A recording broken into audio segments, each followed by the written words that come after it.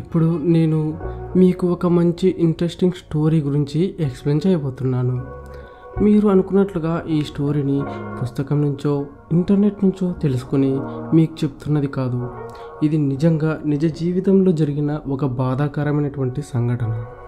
అసలు విషయం ఏంటంటే, రబ్బీ ఆటగాళ్ళతో పాటు కొంతమంది కలిసి 70 రోజుల పాటు చనిపోయిన తమ సొంత కుటుంబ సభ్యుల మాంసాన్ని తిని తమ ప్రాణాలని కాపాడుకోవాల్సి వస్తుంది.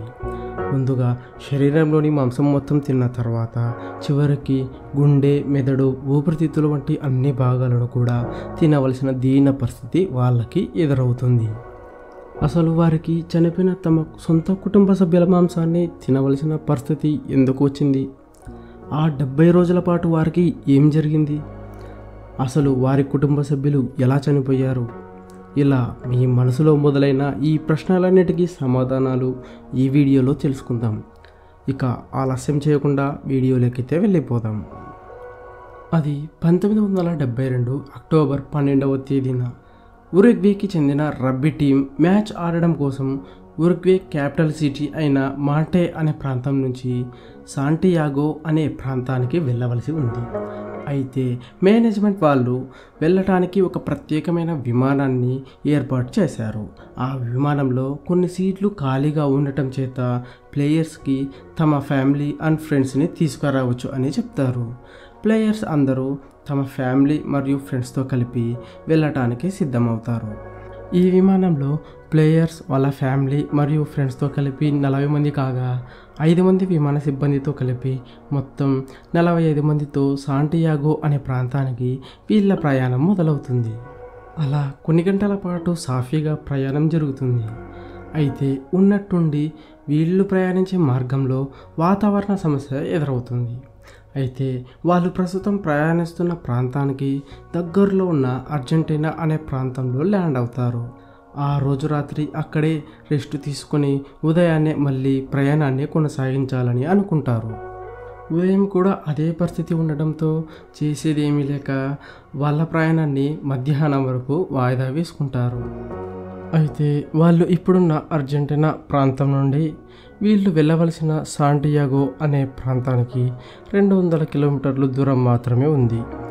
కానీ ఈ మార్గంలో చాలా ఎత్తైన పర్వతాలు ఉన్నాయి. అంతేకాకుండా ఇప్పుడు ఉన్న వాతావరణ సమస్య వలన ఈ మార్గంలో ప్రయాణించడం కష్టం అని సీనియర్ పైలట్ మరియు జూనియర్ పైలట్ ఇద్దరు మాట్లాడుకుంటారు. అలా మాట్లాడుకుని 600 కిలోమీటర్లు ఉన్న ఇంకొక మార్గాన్ని ఎంచుకుంటారు. అనుకున్నట్లుగానే మధ్యాహ్నం 2 గంటల నుండి అర్జెంటీనా నుండి శాంటియాగోకి 600 కిలోమీటర్ల దూరం ఉన్న మార్గం గుండా వీళ్ళ ప్రయాణాన్ని మళ్ళీ మొదలు పెడతారు. ఇప్పుడు వీళ్ళు ప్రయాణిస్తున్న మార్గంలో సీనియర్ పైలట్ చాలాసార్లు విమానం నడిపాడట. కానీ జూనియర్ పైలట్ మాత్రం ఈ మార్గంలో ఒక్కసారి కూడా నడపలేదట. అయితే సీనియర్ పైలట్ ప్రాక్టీస్ అవుతుందని జూనియర్ పైలట్ని నడపమని చెప్తాడు. ఆ పైలట్ కూడా చాలా దూరం నడుపుతూ వస్తాడు. అయితే అక్కడ మంచు కురవడంతో పాటు దట్టమైన మేఘాలు అడ్డు వస్తుండటంతో ముందు సరిగా కనిపించేది కాదు. జూనియర్ పైలట్ సరిగా కనిపించకపోవడంతో తాము చేరుకోవాల్సిన ప్రాంతానికి దగ్గరలో ఉన్నాం అనుకుని విమానాన్ని కొద్ది కొద్దిగా కిందికి దింపుతూ వస్తాడు. అలా శాంటియాగో ప్రాంతానికి చెందిన ఎయిర్పోర్ట్ సిబ్బందితో ఫ్లైట్ ల్యాండ్ అవ్వడానికి పర్మిషన్ కూడా తీసుకుంటాడు. తీరా చూస్తే ముందు పెద్ద మంచు పర్వతమే కనిపిస్తుంది.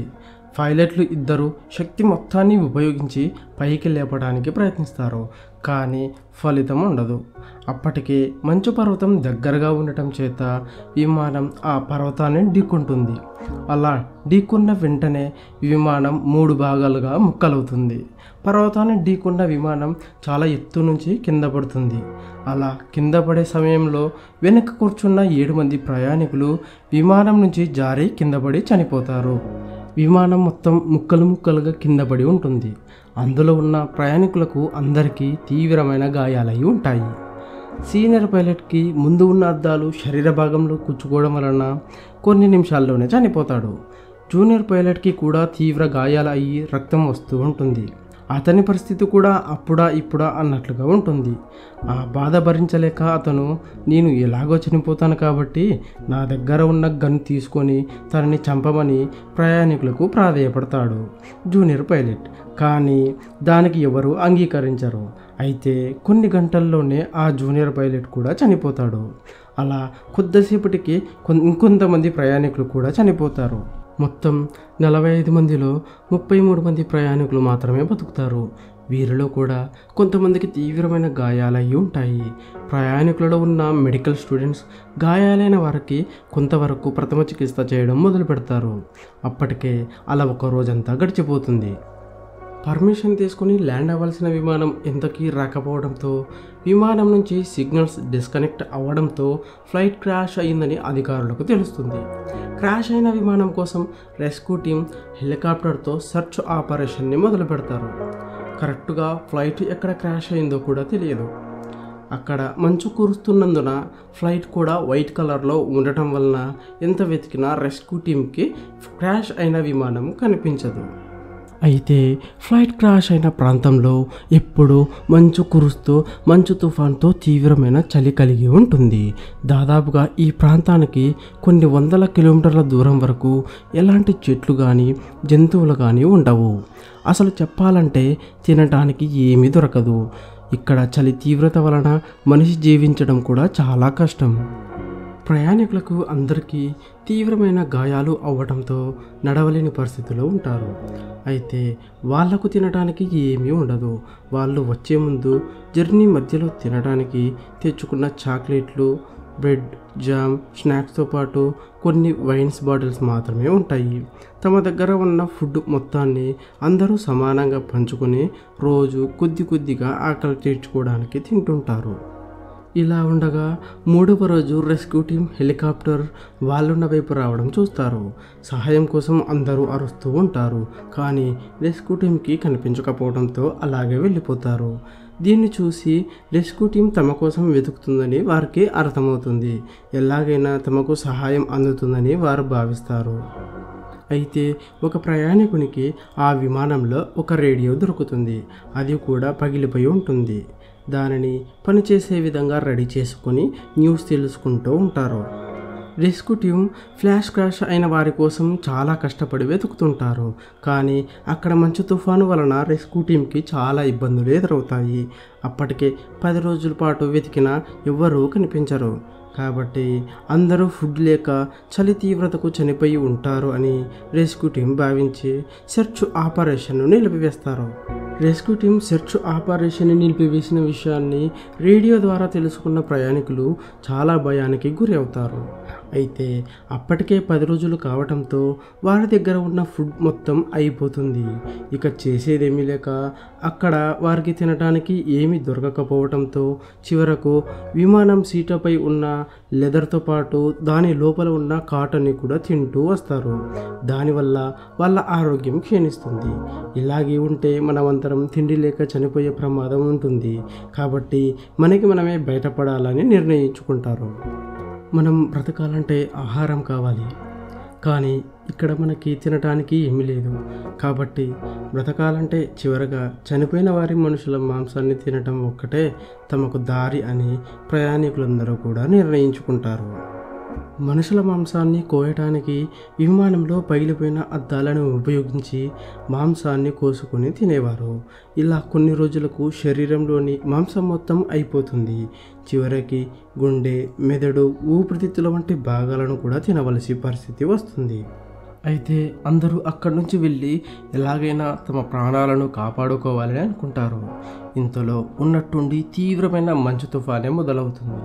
ఆ మంచు తుఫాను కారణంగా విమానం నుండి బయటకు కూడా రాలేకపోతారు. అలా చనిపోయిన వారి మాంసాన్ని తింటూ లోపలే ఉండిపోతారు. తీవ్రమైన మంచు వలన విమానం మొత్తం మంచుతో కప్పబడుతుంది. అలా మంచు కప్పబడడం వలన లోపల ఉన్న వారికి ఆక్సిజన్ అందటం కష్టమవుతుంది. అయితే ఆక్సిజన్ కోసం లోపలున్న వారు రాడ్ సహాయంతో ఈ విమానంపై భాగంలో ఒక రంధ్రాన్ని చేస్తారు. అలా కొన్ని రోజులు గడిచిపోతుంది. అదే సమయంలో చలి తీవ్రతకు తట్టుకోలేక మరికొంతమంది ప్రయాణికులు చనిపోతారు. అలా చనిపోవడం వలన మిగిలిన వారికి మరికొన్ని రోజులకు సరిపడే మాంసం దొరుకుతుంది. ఇంకా కొంతకాలానికి మంచు కురవటం కొద్ది వరకు తగ్గుతుంది. ప్రయాణికులందరూ బయటకు వచ్చి ఇక్కడి నుంచి ఎలాగైనా ప్రాణాలు కాపాడుకోవాలి అని నిర్ణయించుకుంటారు. అలా అనుకున్న వెంటనే ప్రయాణానికి సిద్ధమవుతారు. మధ్యలో ఆహారం కోసం చనిపోయిన వారి నుండి మాంసాన్ని తీసుకొని ప్రయాణాన్ని మొదలు పెడతారు. చాలా రోజుల నుంచి సరైన ఆహారం లేక చాలా నీరసంగా ఉంటారు. దాంతోపాటు గాయాల కారణంగా ఎక్కువ దూరం ప్రయాణించలేకపోతారు. ఇలా అయితే మనము వెళ్ళలేం అని తిరిగి మళ్ళీ ఫ్లైట్ క్రాష్ అయిన ప్రాంతానికే వస్తారు. అనారోగ్యాల కారణం వలన అందరూ కలిసి వెళ్ళటం చాలా కష్టం. కాబట్టి ఆరోగ్యంగా ఉన్న ఎవరైనా ముగ్గురు సహాయం కోసం వెళ్ళాలి అని నిర్ణయించుకుంటారు. అలా ముగ్గురు సహాయం కోసం వెళ్ళడానికి సిద్ధమవుతారు. మార్గమధ్యంలో వారికి కావలసిన ఆహారం కోసం చనిపోయిన మనుషుల మాంసాన్ని తీసుకుంటారు. అలాగే చలి నుంచి కాపాడుకోవడానికి ఒక్కొక్కరు 3 జీన్స్ ప్యాంట్లు, షర్ట్లతో పాటు కాళ్ళకు 5 సాక్సులు వేసుకుంటారు. అలాగే వారికి కావలసిన అన్నీ రెడీ చేసుకొని ప్రయాణాన్ని మొదలు పెడతారు. ముగ్గురు ఇలా కొంత దూరం ప్రయాణించాక ముక్కలైనవి మన వెనక భాగంలో ఒకటి వారికి కనిపిస్తుంది. అందులో వారికి తినడానికి కొన్ని ఆహార పదార్థాలు కనిపిస్తాయి. వాటిని తీసుకొని ఆ రోజు రాత్రి అక్కడే పడుకుంటారు. ఉదయాన్నే లేచి మళ్ళీ వాళ్ళ ప్రయాణాన్ని కొనసాగిస్తారు. ఇలా వారి ప్రయాణంలో వారు ఒక పెద్ద మంచు పర్వతం దాటవలసి వస్తుంది. అయితే ఆ పర్వతాన్ని దాటడానికి దాదాపుగా 7 రోజులు పట్టవచ్చు అని అంచనా వేసుకుని పర్వతాన్ని ఎక్కడం మొదలు పెడతారు. అలా సగానికి వెళ్ళిన తర్వాత ముగ్గురిలో ఒకరు భయపడి వెనక్కి వెళ్ళిపోతారు. మిగిలిన ఇద్దరు మాత్రం ఏమాత్రం భయపడకుండా అందరినీ కాపాడాలన్న సంకల్పంతో ముందుకు వెళ్తారు. అయితే ఆ పర్వతాన్ని దాటడానికి వారు అనుకున్న దానికంటే ఎక్కువ రోజులు పడుతుంది. అలా సహాయం కోసం ఇంకొన్ని రోజుల పాటు నడుస్తూ తమ ప్రయాణాన్ని కొనసాగిస్తారు.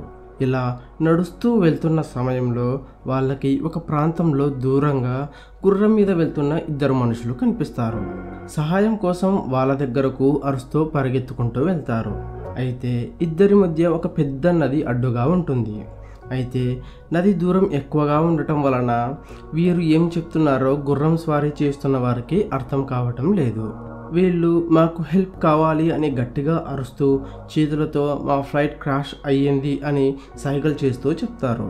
అప్పుడు గుర్రం స్వారీ చేస్తున్న వారికి ఈ ప్రాంతంలో చాలా రోజుల కిందట ఒక ఫ్లైట్ క్రాష్ అయ్యింది, అది వీరే అనుకుంటా, వీరు సహాయం కోసం ఎదురు చూస్తున్నారు అని వారికి అర్థమవుతుంది. అయితే వీళ్ళు ఇంకా ఇన్ని రోజులు బ్రతికే ఉన్నారా అని ఆశ్చర్యపోతారు. గుర్రం స్వారీ చేస్తున్న వారు ఎలాగైనా వీరికి సహాయం అందించాలి అనుకుంటారు.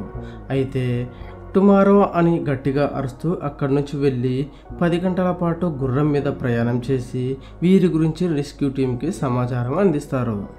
అలా వీరి గురించి సమాచారం తెలియడంతో అన్నింటిలో ఫ్లైట్ క్రాష్ అయిన వారి గురించి మళ్ళీ న్యూస్ వస్తుంది.